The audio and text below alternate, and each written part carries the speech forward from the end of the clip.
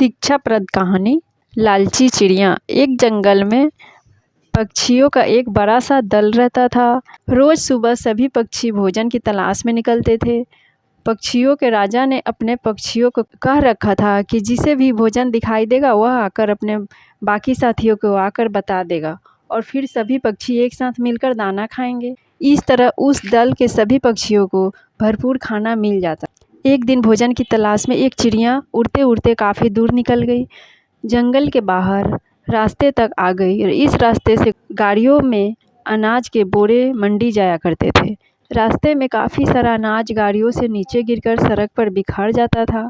चिड़िया गाड़ियों में अनाज के भरे बोरे देखकर बहुत खुश हुई, क्योंकि अब उसे और कोई जगह तलाश करने की ज़रूरत ही नहीं थी।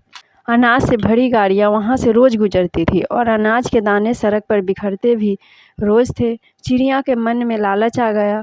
उसने सोचा कि उस जगह के बारे में वह किसी को नहीं बताएगी और रोज़ इसी जगह आकर पेट भर खाना खाएगी।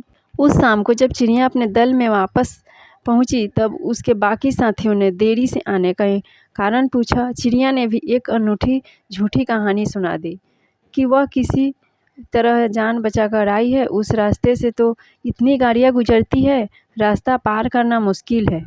दल की बाकी चिड़िया यह सुनकर डर गया और सभी ने निश्चय कर लिया कि वह रास्ते के पास नहीं जाएगी। इस तरह वह चिड़िया रोज़ उसी रास्ते पर जाकर पेट भर खाना खाती रही।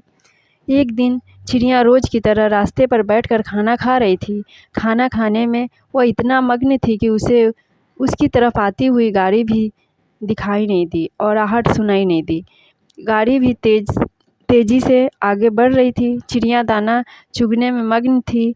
गाड़ी पास आ गई और गाड़ी का पहिया चिड़िया को कुचलता हुआ आगे निकल गया। इस तरह लालची चिड़िया अपने ही जाल में फंस गई। लालच बुरी बला है, कभी लालच मत करना। धन्यवाद।